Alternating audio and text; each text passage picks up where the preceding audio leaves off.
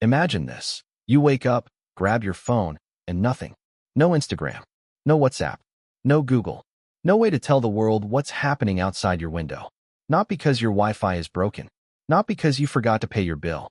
But because your government, the people who are supposed to serve you, just pressed a giant off button on the entire internet for 80 million people. Sounds dystopian, right? Like something out of a Black Mirror episode?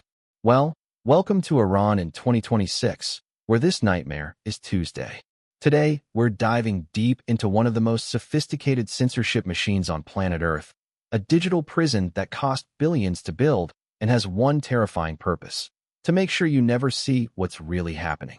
And listen, if this story shocks you, if it makes you realize how lucky you are to click that like button right now without your government watching, then smash that subscribe button. Because this channel is dedicated to uncovering the stories they don't want you to know. We're exposing digital authoritarianism before it spreads. Hit subscribe. Turn on notifications. Let's get into this. Let me paint you a picture of what's happening right now in Iran. On January 8th, 2026, millions of Iranians took to the streets.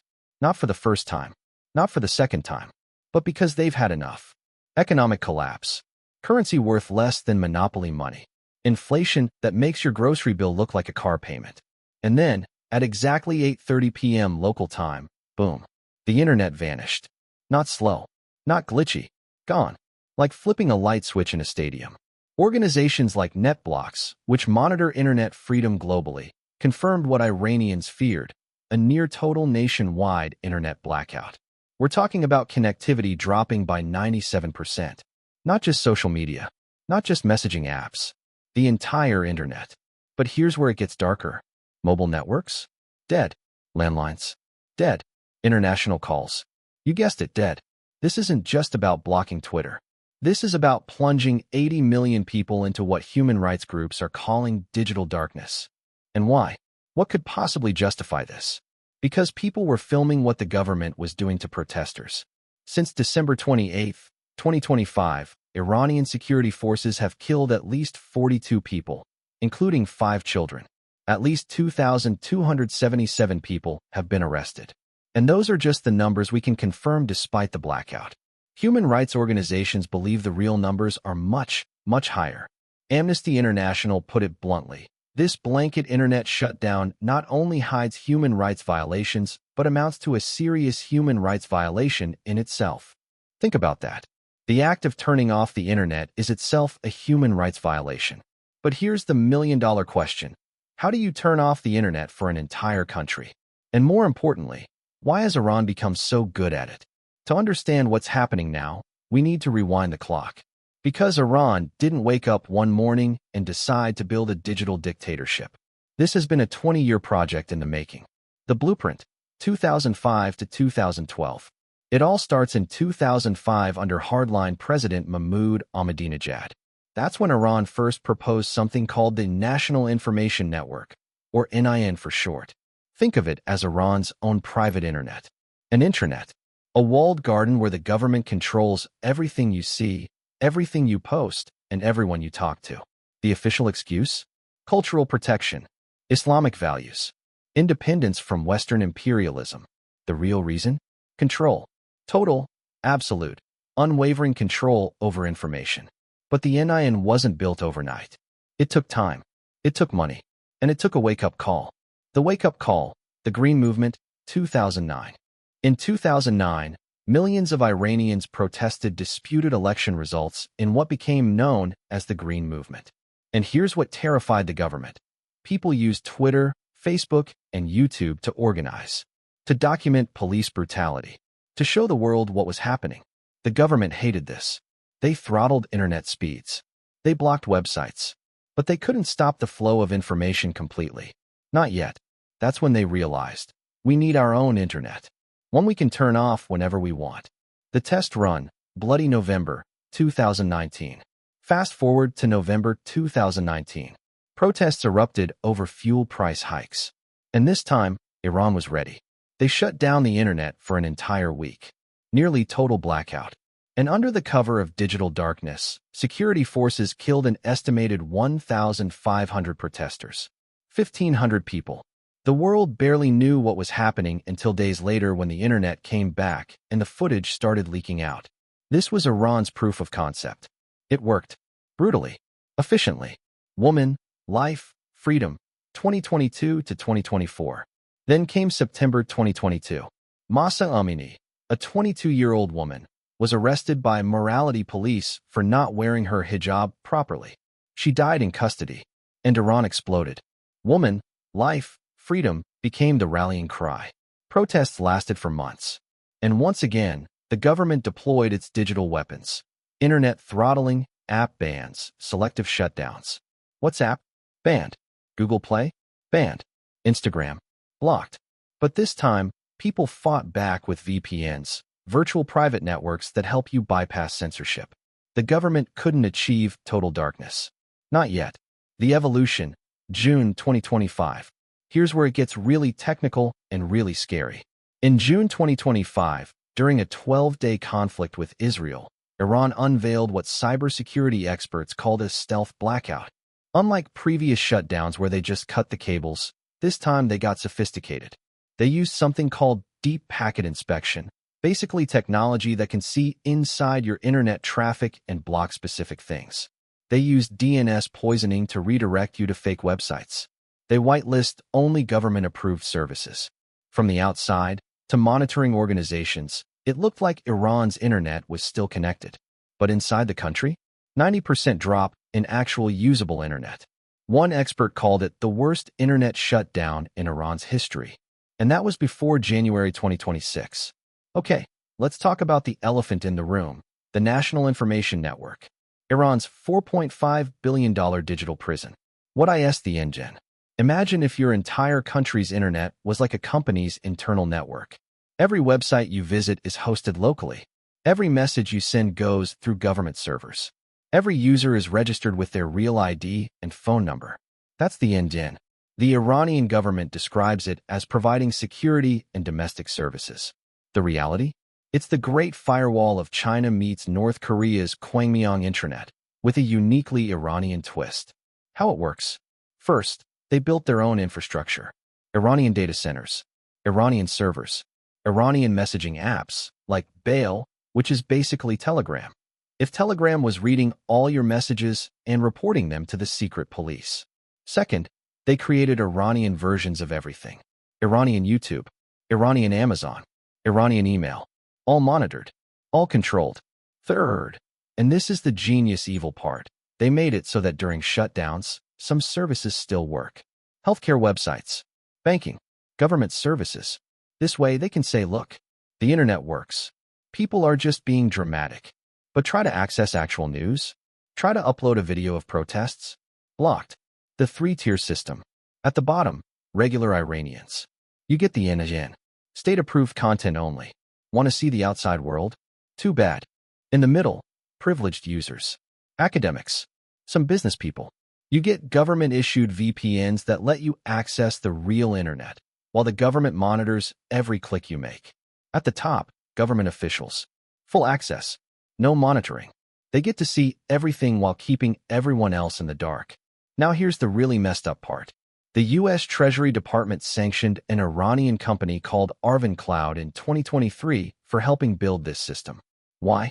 Because Arvin Cloud's contracts explicitly included allowing the government to intercept data and censor content. They're not even hiding it. The censorship is built into the contracts. The fake apps trap. And get this. When Iranians heard that Elon Musk's Starlink satellite internet might help them bypass censorship, the Iranian government created fake Starlink apps. Not to provide internet, to spy on people who downloaded them. It's like setting up a trap door labeled freedom that actually leads to a prison cell. Look, I know this is heavy.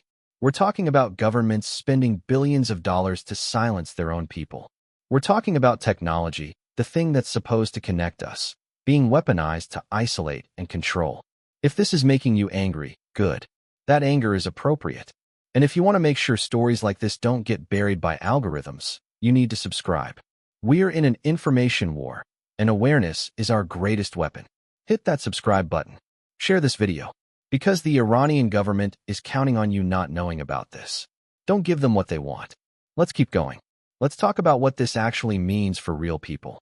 Economic devastation. Iran's economy loses billions every time they shut down the internet. The BBC reported that these shutdowns carry huge costs for the Iranian economy, businesses, and public services. Small businesses can't process payments. Online shops shut down. International trade grinds to a halt. Remote workers can't work. Students can't learn. And who suffers? Not the government officials with special access. Regular people. Shop owners. Teachers. Students. The information fog. Human rights groups have a term for what happens during these blackouts. Information fog. When the internet goes dark, hospitals get overwhelmed with injured protesters, but nobody can verify the numbers. Security forces use live ammunition, but there's no footage. Mass arrests happen, but there's no way to know who was taken. As one report put it, people die in the dark. During the January 2026 protests, reports emerged of hospitals overwhelmed with injured people, of security forces using tear gas and live ammunition in multiple cities, of electricity cuts in some areas. But because of the blackout, exact numbers remain unknown. The brain drain. Here's something most people don't think about. Iranian scientists are being cut off from global research. Researchers can't access international journals. Students can't collaborate with foreign universities. Academics can't attend virtual conferences. Science magazine reported that Iran's scientists are becoming increasingly isolated as the NIN walls them off from the global scientific community. The government promises privileged academics special VPN access, but it comes with a price: total government surveillance of their research. Imagine being a brilliant researcher who has to choose between your career and your privacy, between accessing knowledge and being spied on. The surveillance state. And it gets worse. Iran has deployed drones with facial recognition to enforce mandatory hijab laws. They created a mobile app called Nazar that lets citizens report women for improper dress. They monitor social media with AI.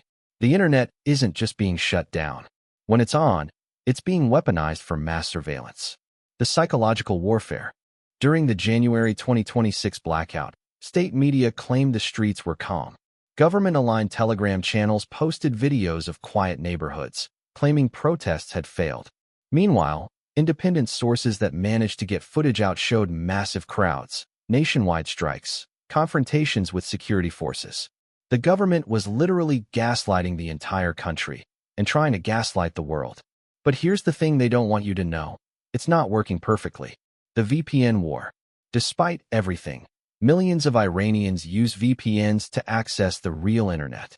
Tech-savvy activists constantly find new ways to punch through the digital walls. Organizations like Siphon, ASL19, and others provide anti-censorship tools. During the June 2025 blackout, these groups coordinated to keep millions of Iranians online using different technologies and networks.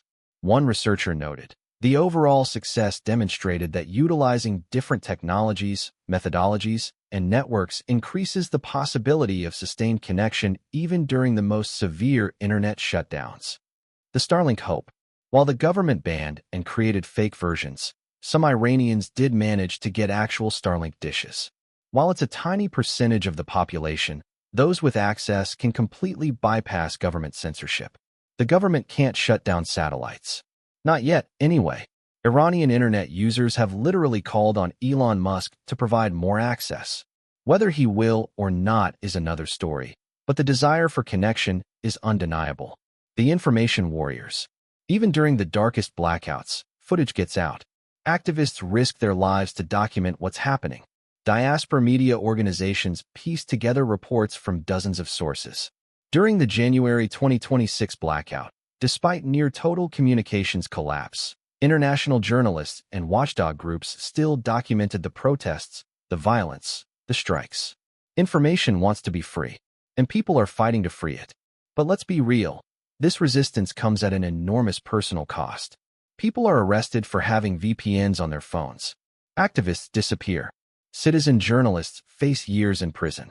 The bravery of these people cannot be overstated. They're fighting for something many of us take for granted: the right to know what's happening in the world, the right to tell their own story. Now, if you're watching this from a democracy and thinking, well, that's terrible, but it's not my problem, I need you to understand something crucial. Iran is a blueprint, a proof of concept, a how-to guide for digital authoritarianism. The global pattern. Internet shutdowns are increasing worldwide. Countries from Myanmar to Ethiopia to Sudan have used similar tactics. Every time Iran successfully crushes protests with a blackout, authoritarian governments around the world take notes. Even democratic countries have flirted with emergency internet controls. The technology exists. The infrastructure exists. The precedent is being set. The technology proliferation. The tools Iran uses? Many come from Western companies, sometimes legally, sometimes through shell companies and middlemen. Deep packet inspection, surveillance software, facial recognition. These technologies are dual use. They can protect networks from hackers, or they can spy on citizens. And once they're sold, there's little oversight on how they're used. The authoritarian playbook. Here's Iran's playbook that other countries are copying. Number 1. Build parallel infrastructure, your own internet. Number 2. Make citizens dependent on domestic services. Number 3. Register all users with real identities. Number 4. Deploy surveillance during normal times. Number 5. Flip the kill switch during emergencies. Number 6. Blame technical difficulties or foreign interference. Number 7. Crack down under cover of digital darkness. Number 8. Restore limited access once control is re-established. Number 9. Repeat as needed. Sound familiar? It should. We're seeing versions of this in dozens of countries. The free internet under threat. Remember when the internet was supposed to liberate information? When we thought authoritarian regimes couldn't control the digital age? We were wrong. They learned. They adapted. They built walls in cyberspace just like they build walls in the physical world. The question isn't whether internet freedom is under threat. It is under threat. The question is, what are we going to do about it? International organizations have condemned these shutdowns. The UN Human Rights Council has passed resolutions. But words without action are just noise. Amnesty International stated clearly, blanket or total internet cuts are inherently disproportionate under international human rights law and must never be imposed, even in cases of emergency. But Iran keeps doing it anyway, because the cost of international condemnation is less than the cost of letting people organize and expose government crimes. All right, so we've covered the nightmare. Now let's talk solutions. Because awareness without action is just despair with better lighting. For regular people. Number 1. Support internet freedom organizations. Organizations like Access Now, the Electronic Frontier Foundation, Amnesty International, ASL 19, and others work to combat digital authoritarianism. They provide tools, advocate for policy changes, and document abuses. Your donations, even small ones, fund VPN servers, anti-censorship tools, and emergency communications networks that keep people connected during blackouts. Number 2. Amplify Iranian voices. When you see posts from Iranians risking everything to share information, share it. Quote it. Amplify it. The algorithm doesn't care about human rights, but you do. Use hashtags. Tag journalists. Tag human rights organizations. Make noise. Number 3. Pressure tech companies.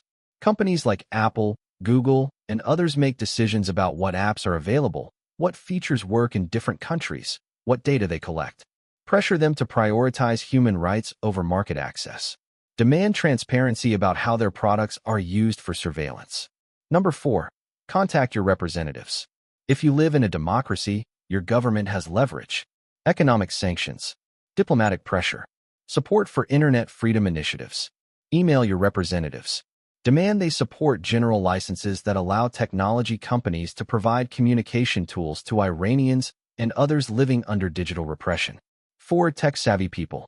Number 5. Contribute to anti-censorship projects.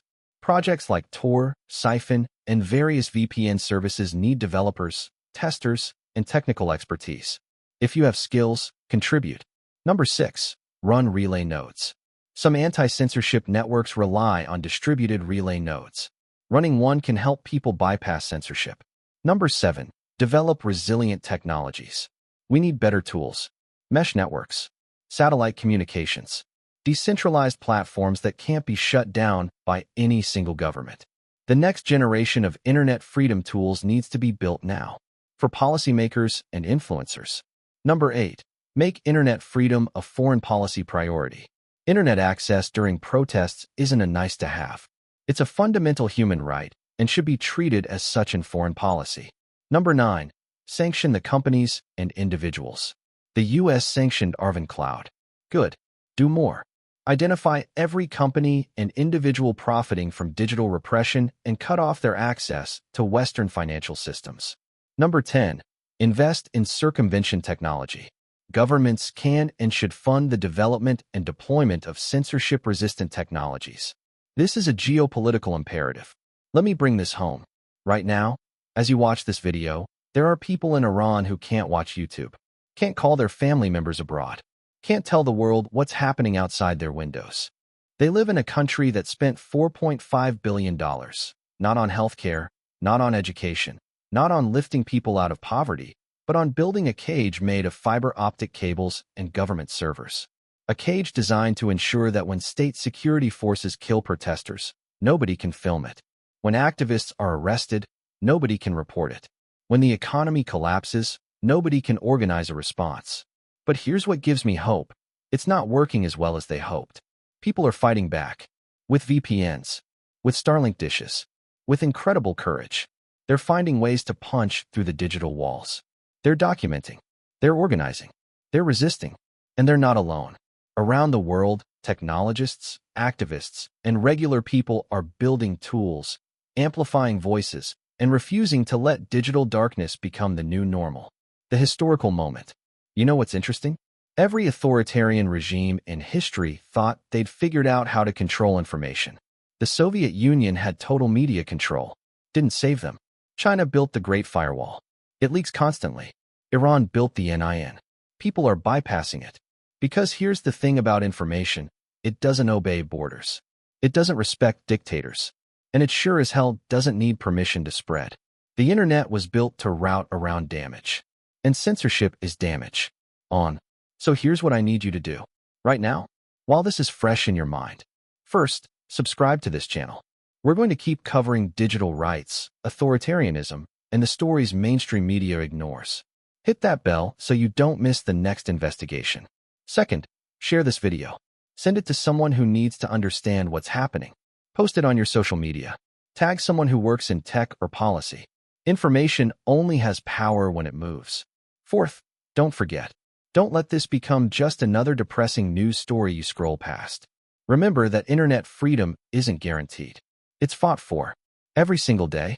The people of Iran are fighting for it right now. The least we can do is pay attention. This has been the story of why Iran keeps shutting down the internet. It's not a bug. It's a feature. It's a $4.5 billion digital prison designed to keep 80 million people in the dark. But darkness doesn't last forever. Not when people refuse to accept it. I'll see you in the next video. Stay informed. Stay connected. Stay free.